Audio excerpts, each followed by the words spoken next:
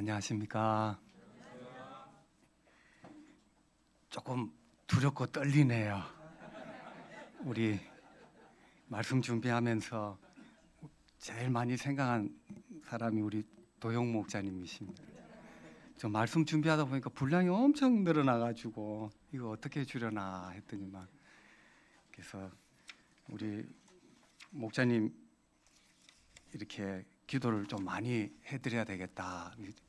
직접 해보니까, 그래서 우리 들으시는 우리 동역자님들께서 우리 목자님을 위해서 기도를 많이 해주시면 감사하겠습니다. 저는 딱 한 번만 하겠습니다. 네. 그럼 오늘 요절 말씀 창세기 46장 3절 말씀 한번 읽어보겠습니다. 시작. 하나님이 이르시되 나는 하나님이라 내 아버지의 하나님이니 애굽으로 내려가기를 두려워하지 말라. 내가 거기서 큰 민족을 이루게 하리라. 자, 잠시 기도하겠습니다. 하나님 아버지, 복되고 거룩한 주일 하나님께 예배드리게 하심에 감사합니다. 특별히 창세기 하나님을 저희들이 말씀을 통해서 들을 수 있는 큰 은혜를 주셔서 감사합니다. 오늘 말씀을 통해서 야곱을 큰 민족 이스라엘로 기르신 하나님을 저희들이 만나 뵙기를 원합니다. 부족한 제가 말씀을 대언할 때 저의 모든 죄와 허물을 예수님의 십자가 보혈로 깨끗이 씻어주시고 생명의 말씀만 드러날 수 있도록 축복하여 주십시오. 예수님 이름으로 기도합니다. 아멘. 오늘 말씀은 130세 야곱이 애굽의 고센 땅에 17년 거주한 사건을 다루고 있습니다. 하나님께서 오늘 우리에게 하고 싶은 말씀이 무엇일까요? 저는 크게 두 가지 관점에서 보았습니다. 첫째, 야곱을 내려보내신 하나님.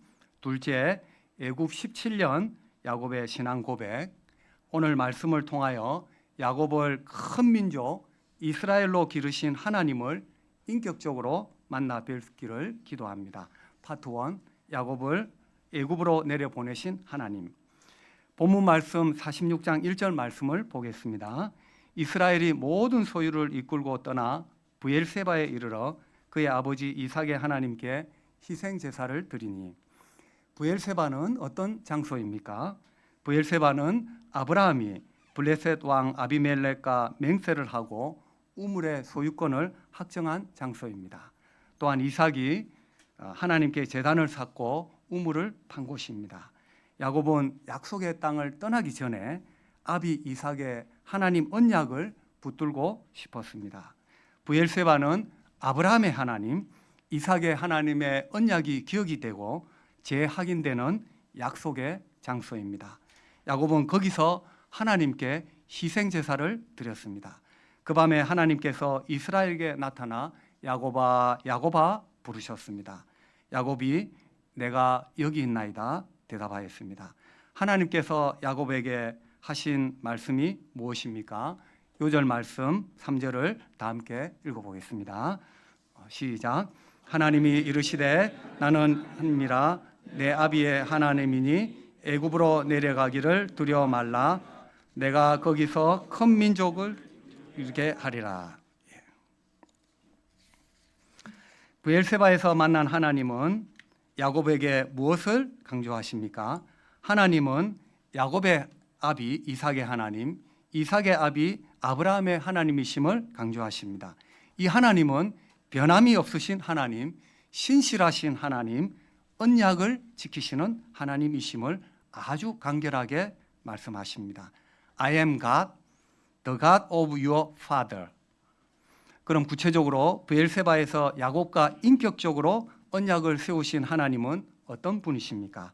첫째, 큰 민족을 이루시는 하나님. 하나님은 야곱에게 애굽 내려가는 것을 두려워하지 않도록 하셨습니다. 애굽으로 내려가기를 두려워하지 말라. 야곱이 애굽 땅 내려가는 것이 두려운 이유는 복합적이었습니다. 야곱에게 가나안 땅은 조부 아브라함과 아비 이삭에게 허락한 약속의 땅입니다. 아브라함은 기근으로 애굽으로 내려갔다가 사라의 아름다운 미모 때문에 어려움을 겪었으며 또 아버지 이삭은 기근시 아예 애굽으로 내려가지 말고 그랄 땅에 머물도록 한 역사가 있었습니다. 게다가 애굽은 강력한 문명과 이방신을 섬기는 강대국이었습니다. 야곱의 나이도 130세 노년기에 접어들었습니다. 그럼에도 하나님은 애굽으로 내려가도록 명하셨습니다. 하나님께서 애굽에서 야곱과 그의 후손들을 큰 민족으로 이루고자 하는 원대한 계획이 있으셨습니다. 왜 하필이면 가나안 땅이 아니라 애굽인가요? 역사학자들은 창세기 46장의 배경이 대체로 이집트 중왕국 말기 혹은 힉소스 통치기 제2중간기로 추정합니다. 당시 이집트는 다신교 사회로 특히 태양신 라를 주신으로 섬겼으며 이집트 왕 바로는 태양신의 아들이라는 뜻입니다. 이 외에도 죽음과 부활의 신 오시리스, 사랑과 풍요의 신 하토르, 신성한 항소 등 동물 형상들을 신으로 섬겼습니다. 무엇보다 바로는 살아있는 신적 존재였습니다. 하나님께서 출애굽기에서 10가지 재앙을 내린 대상들을 살펴보면 당시 이집트 종교와 문화를 짐작할 수 있습니다. 하나님께서는 이스라엘을 큰 민족으로 이루셔서 세상 문화 강대국 이집트에 도전하셨습니다. 이집트 사람들에게 축복과 출산의 상징인 개구리 여신이 축복이 아니라 개구리 재앙으로 혐오의 대상이 되도록 보이셨습니다. 흑암 재앙으로 태양신 라가 허구임을 드러내셨습니다. 마지막으로 장자 재앙을 내려 신적 존재로 여겨진 바로 장자 죽음으로 하나님만이 온 세상 만민의 유일하신 경배 대상이심을 드러내셨습니다. 내가 거기서 너로 큰 민족을 이루게 하리라. For there I will make your family into a great nation. 큰 민족은 a great nation입니다. 영어 단어 family와 nation, 그것도 great nation은 어감상 많은 차이가 있습니다. 말 그대로 family는 가족 단위를 의미하는 단어입니다. 가족 단위에서는 현대국가 네이션 스테이트 체계에서 사용하는 중요 구성 요소인 영토, 정부, 주권, 헌법 이런 내용을 다루지 않습니다. 그러나 현대 국가 개념인 큰 민족 그레이트 네이션은 영토, 정부, 주권, 헌법 체계를 갖추고 있습니다. 하나님께서는 야곱이 단순히 70명의 족장이 아니라 큰 민족, 그레이트 네이션이 되기를 원하십니다. 사실 이 하나님의 원대하신 프로젝트는 그의 조부 아브라함 때부터 시작되었습니다. 아브라함은 강대한 나라가 되고 천하 만민은 그로 말미암아 복을 받게 될 것이 아니냐. 내가 그로 그 자식과 건속에게 명하여 여호와의 도를 지켜 의와 공도를 행하게 하려고 그를 택하였나니. 그러므로 큰 민족, 그레이트 네이션은 단순히 숫자적인 의미를 넘어 보다 더 중요한 의미가 있습니다. 그것은 야곱, 즉 이스라엘이 큰 민족이 되어 여호와 하나님의 도를 지켜 의와 공도를 행하는 백성이 되는 것을 의미합니다. 한마디로 이스라엘이 하나님의 백성이요 하나님의 자녀로서 정체성, 아이덴티티를 소유하는 것을 의미합니다. 내가 거기서 너로 큰 민족을 이루게 하리라. For there I will make your family into a great nation. 야곱에게 뚜뚜신 하나님의 크신 소망이 예수 그리스도로 말미암아 하나님의 백성이요 자녀된 우리에게도 동일하게 임하게 되기를 기도합니다. 둘째, 애굽에서도 함께 동행하시는 하나님. 그럼 야곱이 큰 민족이 될 경우 하나님으로부터 얻게 되는 큰 특권이 무엇인가요? 4절 말씀을 보겠습니다.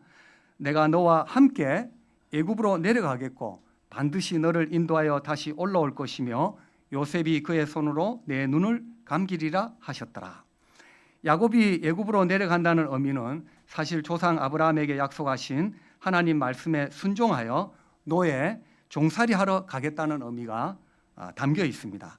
여호와께서 아브라함에게 이르시되 너는 반드시 알라 내 자손이 이방에서 객이되어 그들을 섬기겠고 그들은 400년 동안 내 자손을 괴롭히리니. 창세기 15장 13절이었습니다. 단언컨대 브엘세바에서 야곱이 하나님께 희생 제사를 드렸던 가장 큰 이유 중에 하나일 것입니다. 그럼 야곱은 어떻게 브엘세바를 떠나 애굽으로 가는 큰 결단을 할 수 있었습니까? 야곱의 애굽행 결단에는 노예로 팔려간 11번째 아들 요셉이 있었습니다. 야곱은 요셉이 애굽에 노예로 팔려가 죽은 줄 알았습니다. 그런데 요셉이 살아 있었으며 더구나 애굽의 최고 통치자 총리가 되었으며 더더욱 놀란 것은 요셉이 보낸 수레, 이게 이제 현대판으로 하면 람보르기니 최고급 승용차입니다. 이걸 보고서야 기운이 솟아하였습니다. 내가 너와 함께 애굽으로 내려가겠고 정녕 너를 인도하여 다시 올라올 것이며 요셉이 그 손으로 내 눈을 감기리라 하셨더라. 애굽의 삶은 노예살이입니다. 마치 요셉이 보디발의 집에 노예로 끌려가고 감옥살이 하듯 훗날 이스라엘 후손들도 동일하게 바로의 종이 되어 온갖 노역을 감당하며 벽돌 굽기와 농사일, 무거운 짐을 감당하며 살아야 합니다. 그러나 야곱은 애굽에서 함께 하실 하나님으로 인하여 기운이 솟아하였습니다. 우리가 살아가는 이 세상은 상징적으로 볼 때 애굽에서의 삶과 유사합니다. 오늘날 한국 사회는 과도한 경쟁 체제, K자형 빈익빈, 부익부 현상, 또 지나친 외모 지상주의, 또 청년들이 20, 30년 평생 저축을 해도 얻기 힘든 주거 문제, 장기 대출 문제, 이런 것들은 진정 무거운 짐들입니다. 이런 무거운 인생의 짐으로 인하여 인생이 괴롭고 힘이 듭니다. 이런 인생의 짐들로 인하여 하나님께서 우리를 부르신 정체성을 잃어버리고 살기 쉽습니다. 그러나 하나님은 애굽에서 노예의 삶을 살던 요셉과 함께 하셨습니다. 요셉은 노예였지만 주인의 청지기로서 열심히 직장 생활을 감당하였습니다. 보디발 아내의 유혹을 물리치고 대략 7년 정도 감옥에 갇혔을 때도 하나님을 원망하지 않았습니다. 그는 하나님 백성의 정체성을 잃지 않았습니다. 요셉의 하나님은 함께 동행하시는 하나님이십니다. 이를 볼 때 애굽의 환경보다 더 큰 문제는 애굽에서 함께 동행하시는 하나님의 손길을 보지 못하는 것입니다. 야곱은 애굽으로 내려갑니다. 앞으로 그와 그의 후손들은 많은 고난과 어려움을 겪게 될 것입니다. 그러나 하나님께서 야곱과 이스라엘 자손들과 함께 애굽으로 내려가며 그리고 이들을 인도하여 다시 올라오신다고 약속하십니다. 하나님은 우리 삶 속에서 우리와 함께 거하시는 약속의 하나님이십니다. 우리와 우리 삶 속에서 함께 동행하시는 하나님을 찬양합니다. 셋째, 완전하신 하나님. 창세기 46장 5절에서 27절까지는 야곱이 브엘세바에서 애굽으로 출발할 때 함께 동행한 이스라엘 자손들의 명단입니다. 여기서 성경 저자가 강조한 사실은 크게 두 가지입니다. 하나는 야곱이 그의 모든 자손, 문자 그대로 아들, 손자, 딸, 손녀들, 곧 그 모든 자손을 데리고 애굽으로 향했다는 것입니다. 심지어 애굽의 생축과 가나안 땅에서 얻은 재물들 모두 다 챙겨갔습니다. 한마디로 야곱은 애굽으로 내려가는 것에 몰빵하였습니다. 본래 야곱은 어떤 사람입니까? 형의 에서가 자신의 생명을 도륙할 것을 막기 위하여 자기와 함께 동행한 자와 양과 소와 낙타를 두 떼로 나뉜 사람입니다. 이런 까닭은 형 에서가 한 떼를 치면 남은 한 떼는 도망하여 생면부지하기 위함이었습니다. 야곱은 본래 그런 사람이었습니다. 그런데 130세의 야곱은 다릅니다. 그는 야곱으로 내려갈 때 약속의 땅을 보존하거나 또 그 요새를 지키거나 가족 및 소유물을 전혀 남기지 않았습니다. 한마디로 야곱은 하나님의 언약의 말씀 앞에 목숨을 걸었습니다. 자기 자손들의 운명을 걸었습니다. 이런 그의 결단에 동의하는 제가 찬양 한 소절을 부르겠습니다. 제가 이 노래를 잘 못 부르는데 그냥 가사로 그냥 읽어드릴까요? 그래요. 그러면 끝자락만 하나만 부르겠습니다. 하나님 말씀에 운명을 거는 자, 순종하며 주 따라가는 자. 하나님 말씀에 두려워 떠는 자, 그 말씀에 생명을 거는 자, 한 사람 찾으시는 주님의 약속을 믿어 하나님 말씀에 운명을 거는 자, 순종하며 주 따라가는 자, 하나님께서는 이런 사람을 축복하십니다. 또 다른 하나는 성경 저자가 숫자 7과 그 배수를 강조하고 있다는 것입니다. 22절, 이들은 라헬이 야곱에게 낳은 자손들이니 모두 14명이요. 25절, 이들은 라반이 그의 딸 라헬에게 준 비라가 야곱에게 낳은 자손들이니 모두 7명이라. 27절, 야곱의 집사람으로 애굽에 이룬 자가 모두 70명이었더라. 70은 완전수 7의 10배입니다. 그러므로 70명은 하나님 백성의 충만하고 완전한 수로 볼 수 있습니다. 야곱을 큰 민족으로 이루기 위하여 후손 70명을 예비하신 하나님은 완전하신 하나님이십니다. 이 완전하신 하나님께 우리의 삶을 걸고 싶은 생각이 없으십니까? 제가 다시 한번 하겠습니다. 걸고 싶으신 분들은 아멘으로 해가지고 복을 많이 받으십시오. 제가 다시 한번 읽겠습니다. 이 완전하신 하나님께 우리의 삶을 걸고 싶은 마음이 없으십니까? 하나님은 생명의 말씀에 우리의 목숨과 운명을 거는 자를 축복하여 주십니다. 창세기 46장 28절에서 34절은 야곱의 가족이 마침내 애굽에 도착한 사건을 기록하고 있습니다.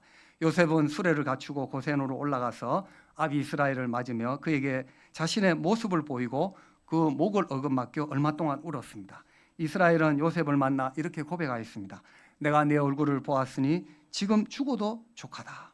요셉의 나이 17세에 애굽의 노예로 팔려가고 30세에 총리가 되며 7년의 풍년 후 2년째 흉년에 하나님을 아버지를 만났으니 실로 22년 만에 혈육을 만난 감격적인 상봉이었습니다. 요셉은 그 형들과 아비의 권속들에게 애굽 사람들은 다 목축을 가증히 여기니 애굽의 고센 땅에 가게 될 것임을 알려주었습니다. 바야흐로 드디어 야곱과 그의 후손들의 삶이 애굽에서 시작이 되었습니다. 파트 2, 애굽 17년 야곱의 신앙 고백. 창세기 47장은 야곱과 그의 후손들의 삶이 애굽 고센 땅에서 시작되는 배경을 기록하고 있습니다. 창세기 48장은 야곱이 애굽에서 17년 삶을 마무리하며 요셉의 두 아들 에브라임과 므낫세를 축복한 사건입니다. 본문이 긴 관계로 창세기 47장, 48장에서 언급된 야곱의 두 가지 신앙 고백을 통하여 은혜 나누고자 합니다. 첫째, 나그네 길, 험악한 세월. 요셉은 바로에게 가서 그의 아버지와 형들과 그들의 양과 소와 모든 소유가 고센 땅에 있음을 알려주었습니다. 그리고 요셉은 바로에게 그의 아버지와 형들이 목축을 할 수 있도록 고센 땅에 머물 수 있도록 요청하였습니다. 이때 바로는 애굽의 주권자로서 자기 마음대로 할 수 있었습니다. 요셉 총리, 고센 땅은 나일강 동쪽 비옥한 델타 지역이야. 향후 그린벨트가 해제되면 부동산 가치가 치솟을 금사라지 땅이야. 절대로 안 돼. 황량한 사막으로 가면 허락하지 하며 거절할 수 있었습니다. 그러나 하나님께서는 요셉과 야곱의 후손들에게 은혜를 베푸셨습니다. 고센 땅에 머물 뿐 아니라 바로의 짐승들도 직접 관리하도록 하셨습니다. 우리는 여기서 하나님께서 야곱과 그의 가족을 돌보시는 하나님의 섭리를 발견할 수 있습니다. 고센 땅에 거하도록 허락을 받은 요셉은 아버지 야곱을 바로에게 소개하였습니다. 요셉이 자기 아버지 야곱을 인도하여 바로 앞에 서게 하였습니다. 이런 상황에서는 야곱이 바로 앞에 머리를 조아리고 성은이 만극하옵나이다 이렇게 하는 것이 맞습니다. 그런데 야곱의 행동이 무엇이었습니까? 야곱은 바로를 축복하였습니다. 느닷없이 하나님의 축복을 받은 바로가 당황하여 야곱에게 물었습니다. 도대체 당신 연세가 얼마나 되시오? 야곱이 바로에게 아뢰습니다. 내 나그네 길의 세월이 130년이니이다. 내 나이가 얼마 못 되니 우리 조상의 나그네 길의 연조에 미치지 못하나 험악한 세월을 보내었나이다 하고 야곱이 바로에게 축복하고 그 앞에서 나오니라. 야곱의 대답 속에 하나님께 대한 신앙 고백이 숨겨져 있습니다. 본문 말씀에서 주목해야 될 단어는 나그네 길과 세월, 그 중에서 험악한 세월입니다. 이 단어가 2번씩이나 거듭 반복되고 있습니다.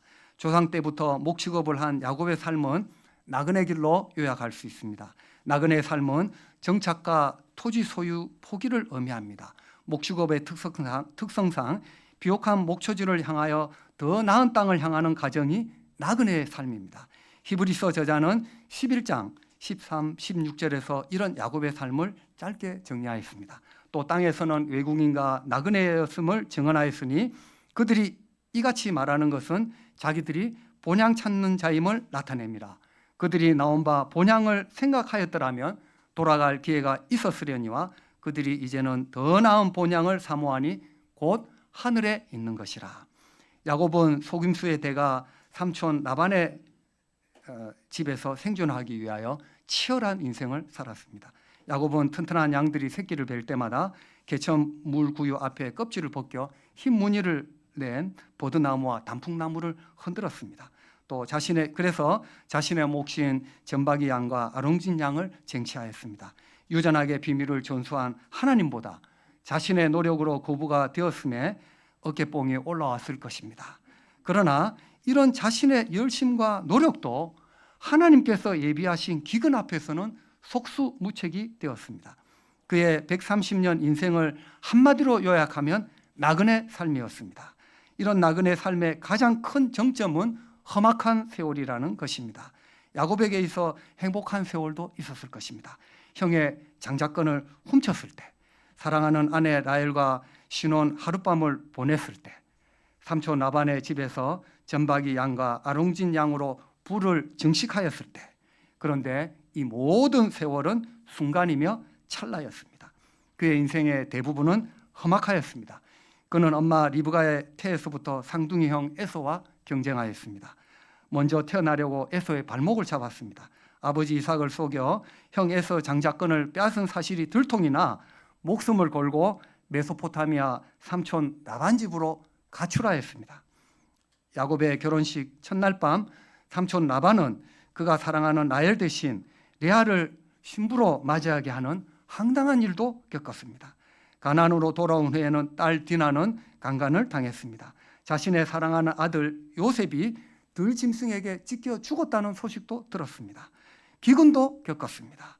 그의 나그네 삶 대부분은 험악하였습니다.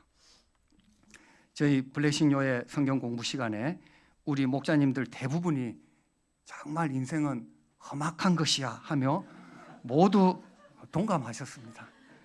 특별히 연세가 많으신 다임 목자님께서 인생은 참으로 험악한 것임을 공감하시며 최종적으로 인정하여 주셨습니다. 야곱은 최강대국 애국, 그 중에서 최고 권력자, 성공 가도의 절정에 서 있는 바로에게 이 메시지를 전한 것입니다. 바로야, 인생은 나그네 길이야. 우리 인생 결코 말랑말랑하지 않아. 그 인생의 절정은 험악 그 자체야.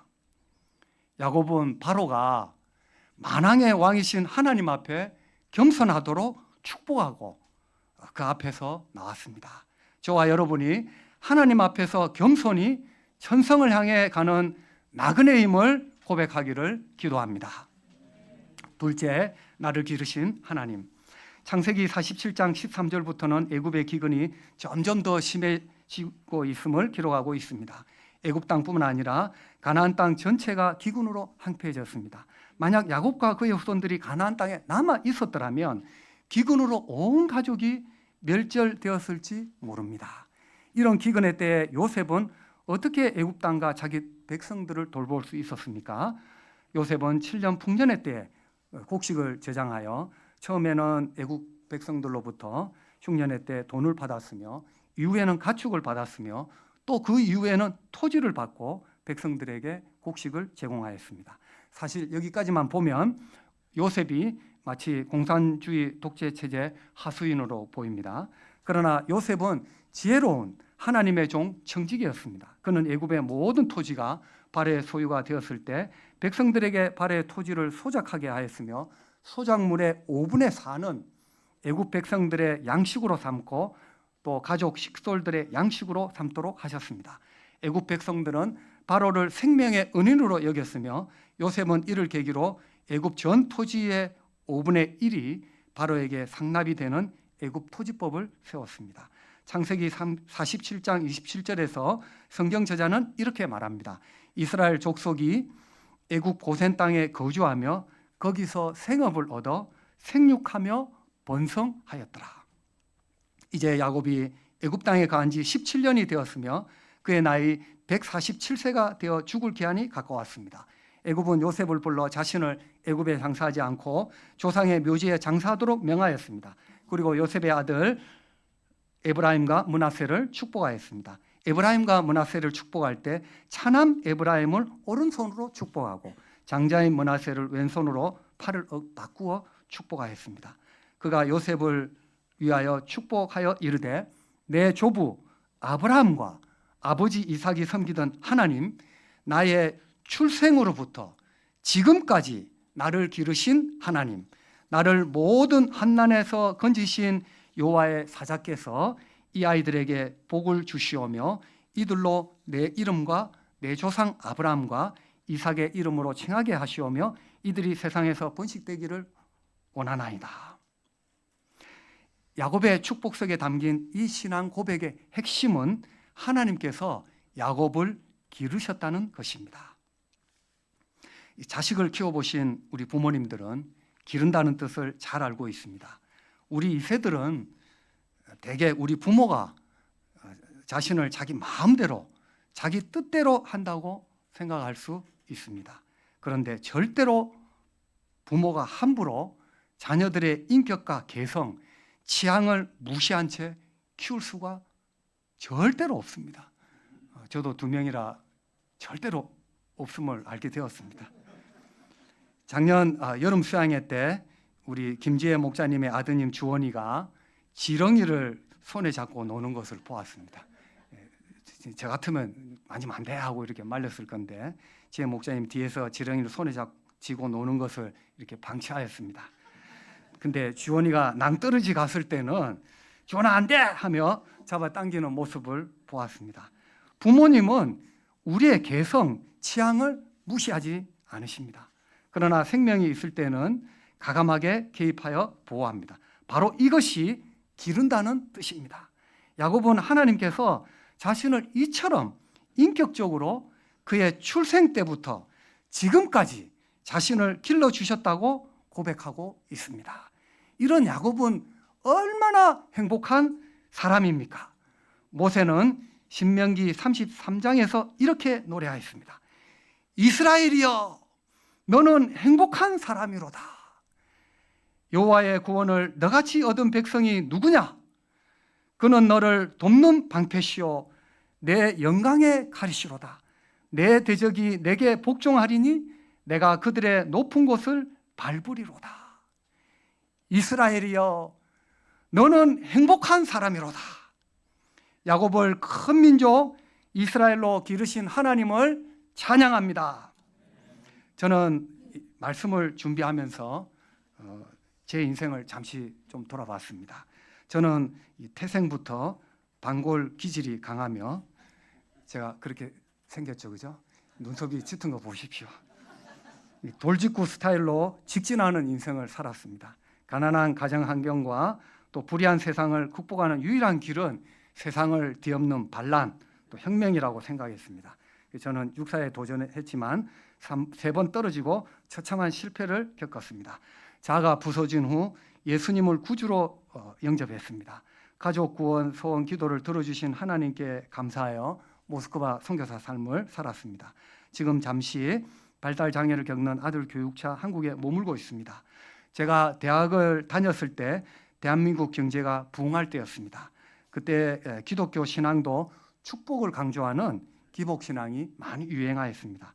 특별히 순복음교회 삼박자 축복, 이른바 우리 영원히 구원받는 삶, 우리의 모든 삶이 범사에 형통하는 삶, 육체적으로 질병으로부터 건강한 삶, 이 삼박자 축복 매력적이지 않습니까? 저는 젊었을 때 아주 매력적으로 다가왔습니다. 모스크바 선교사로 나아갈 때 우리 하나님께서 최소한 저에게 이런 삼박자 축복은 보험처럼 당연히 아주 기꺼이 보장해 주실 거라 생각했습니다.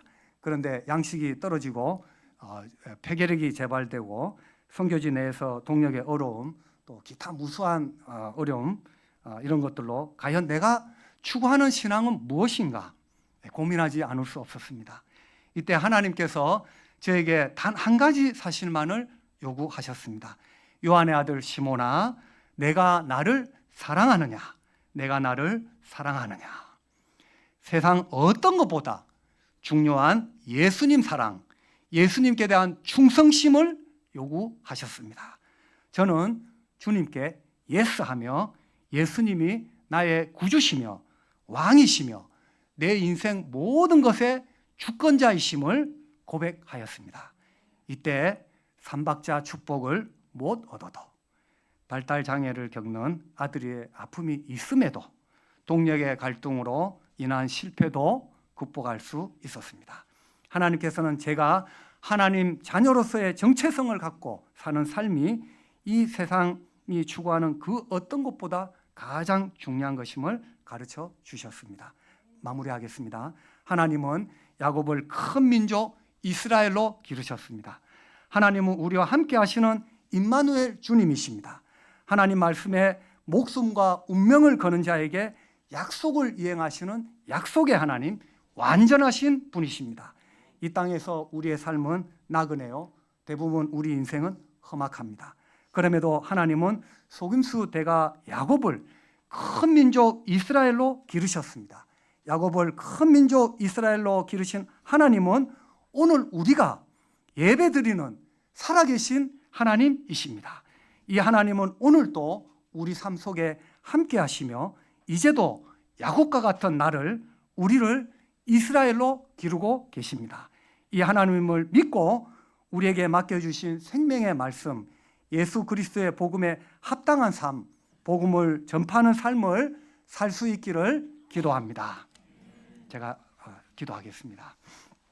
하나님 아버지, 속임수의 대가 야곱을 하나님의 공도와 의를 따르는 하나님의 백성, 자녀인 큰 이스라엘로, 큰 민족 이스라엘로 기르신 하나님을 찬양합니다. 하나님 아버지, 이 애국과 같은 이 세상에서 저희들이 하나님 자녀로서 정체성을 잃어버리고 살기 쉽습니다. 그러나 하나님 아버지, 오늘 말씀을 통해서 우리 하나님은 야곱을 큰 민족 이스라엘로 기르셨습니다. 또 야곱의 하나님은 함께 하신 임마누엘의 주님이십니다. 또 야곱이 하나님의 말씀에 목숨과 운명을 걸 때 그를 축복하여 주셨습니다. 우리 하나님은 완전하신 하나님이십니다. 우리가 이 하나님을 믿고 저희들에게 맡겨주신 복음, 생명의 복음, 캠퍼스 미션을 힘껏 충성스럽게 감당하는 인생을 살 수 있도록 기도합니다. 감사하며 예수님 이름으로 기도합니다. 아멘.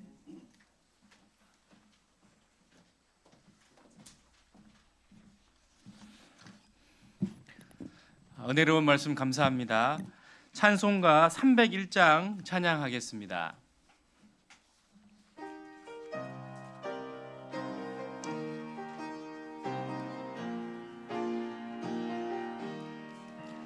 지금까지 지내온 것 주의 크신 은혜라.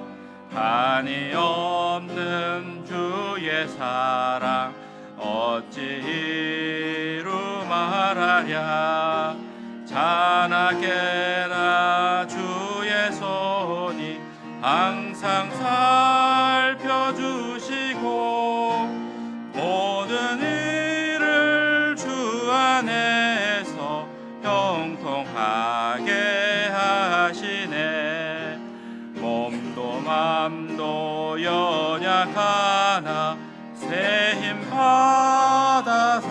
않네.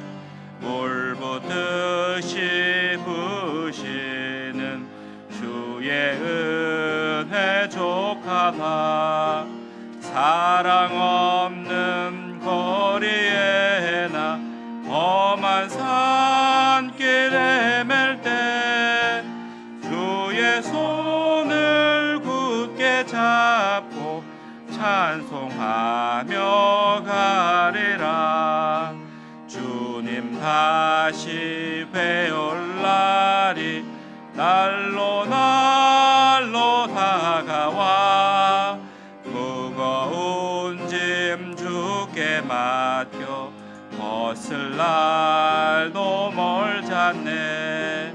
나를 위해 예비하신 고향 집에 돌아가 아버지의 품 안에서 영원토록 살리라.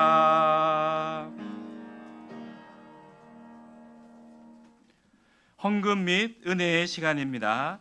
영 디사이플 요회에서 은혜 찬양하는 동안 준비한 예물을 하나님께 드리겠습니다.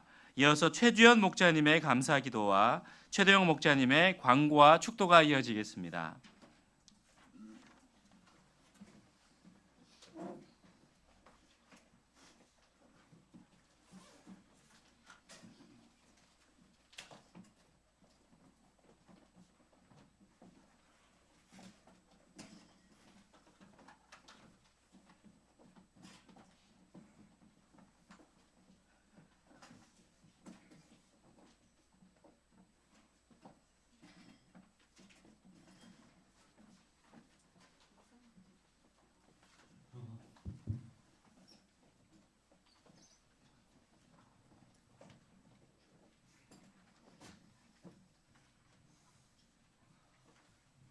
안녕하세요. 저희는 영 디사이플 노예입니다. 너무 많이 나왔죠? 네. 저희가 지난 주일에 그 연휴를 맞아가지고 1박 2일로 이제 워크숍 다녀왔습니다. 저희끼리 가서 올 한해 요해 요절 같이 나누면서 좀 서로 교제하는 시간 가지고 왔는데 올해 저희 요해 요절은 베드로후서 3장 18절로 잡았습니다. 우리 구주 예수 그리스도의 은혜와 그를 아는 지식에서 자라가라 말씀인데, 말씀 보면서 제가 우리가 자라가기를 원하시는 하나님의 심정을 많이 생각하면서 올 한 해 더 자라가기를 힘쓰는 우리 요엘 되도록 이렇게 기도하고 왔습니다. 그래서 오늘 올 한 해 저희 교회 많이 자라가도록 격려 많이 해주시고 저희도 열심히 하겠습니다.